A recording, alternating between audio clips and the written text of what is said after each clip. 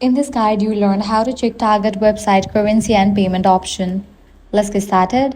Launch your Target app or navigate to the official website of Target, provide your credentials and log into your account. Now browse the item you would like to purchase and add it to your shopping cart. Then click the cart icon and proceed to checkout.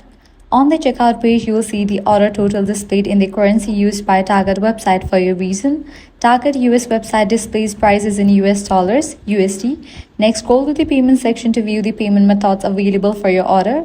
Depending on your order and location, you may be able to pay using a credit or debit card, Target Circle card, Target gift card, PayPal, Apple Pay, Google Pay, or other supported payment option. If you're using an international credit or debit card, keep in mind that your bank or card issuer may charge currency conversion or foreign transaction fees if your card uses a different currency than US dollars. Before placing your order, review your payment method, billing information, and order total to make sure everything is correct, then complete your purchase.